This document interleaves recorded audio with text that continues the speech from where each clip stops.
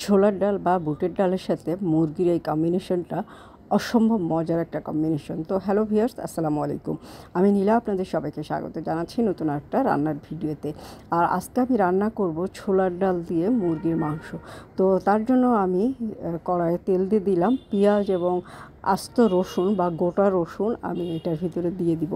দিয়ে পেঁয়াজ রসুনটাকে একটু বাদামি করে ভেজে নিয়ে এটার ভিতরে আমি মশলা দিয়ে দিব। প্রথমে দেব গোলমরিচ এবং গরম মশলা হালকা করে থেতলে নিয়ে এটার ভিতর দিব একটু তেজপাতা।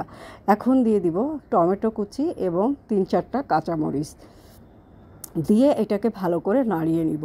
আর একটা বাটিতে আমি আদা বাটা, জিরা বাটা, রসুন বাটা, গরম মশলা বাটা, লবণ, হলুদ, শুকনো মরিচের গুঁড়ো, একটু পানি দিয়ে সুন্দর করে পেস্ট করে নিয়েছি। তো পরিমাণ মতো মশলা সব 1 চামচ করে নিয়েছি, নিয়ে এই মশলাটার ভিতরে দিয়ে দিলাম। এখন মশলাটাকে একটু ভালো করে কষিয়ে নিব।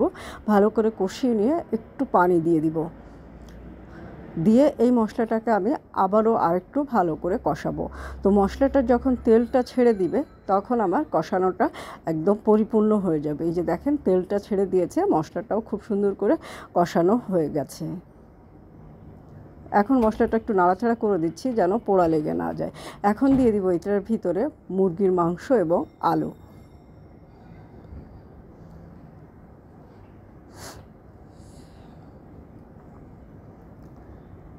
মুরগির মাংস এবং আলু দিয়ে এটাকে ভালো করে আর একটু নাড়াচাড়া করে নেব যেন পুরো মশলাটা এটার সাথে ভালোভাবে মিশে যায়।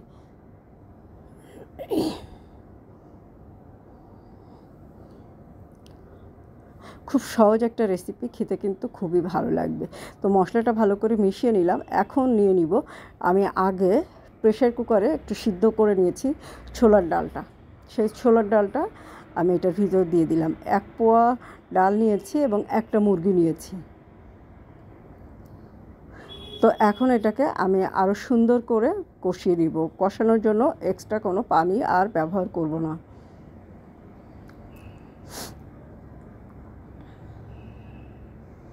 এখন একটু ঢাকনা দিয়ে ঢেকে দিলাম। এই যে দেখেন একটু পানিও ছেড়ে দিয়েছে এবং তেলটাও ছেড়ে দিয়েছে। এখন একটু ভালো করে কষিয়ে নিয়ে ঝোলের পানি অ্যাড করব, তবে পানিটা আমি একটু গরম করে নিব।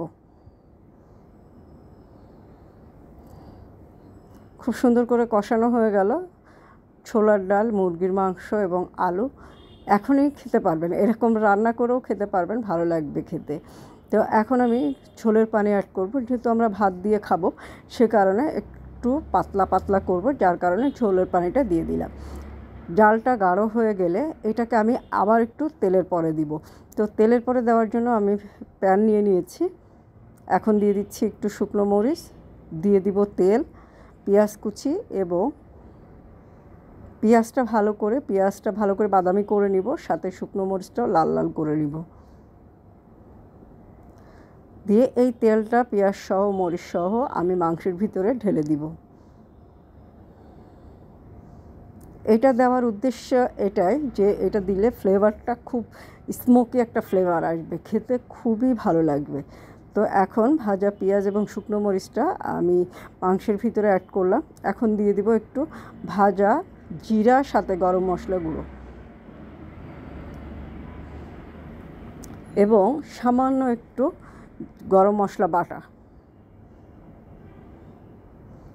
দিয়ে এটা আরেকটু জাল করে নামিয়ে একদম মাখো মাখো হয়ে গেলে গরম গরম ভাতের সাথে পরিবেশন করব। এত টেস্টি হয়েছিল, আমি ভোকালটা কিন্তু পরে দিচ্ছি, আপনাদের বলে বোঝাতে পারবো না। তো বোঝানোর দরকার নেই, আপনারা অবশ্যই একবার হলেও বাসায় ট্রাই করবেন। এই যে এখন কিন্তু একটু গরম মশলা বাটা আমি দিয়ে দিলাম, এটাতে ফ্লেভারটা খুব ভালো আসবে, খেতে দারুণ স্পাইসি হবে, খুব মজার একটা খাবার। কিন্তু এই খাবারটা রুটি দিয়ে তো খাওয়াই যায়, আর যারা ভাত পছন্দ করেন তাদের তো কোনো কথাই নেই।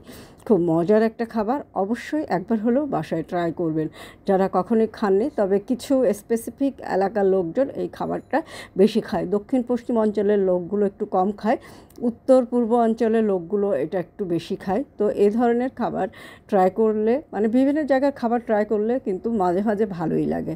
তো একবার হলেও বাসায় ট্রাই ট্রাই করবেন, আর আমার রান্নাটা কেমন হলো কমেন্ট করে জানাবেন। আর আপনারা খেয়ে টেস্ট করে দেখবেন খেতে কেমন হয়েছিল। তো আজকে এই পর্যন্ত, আল্লাহ হাফেজ।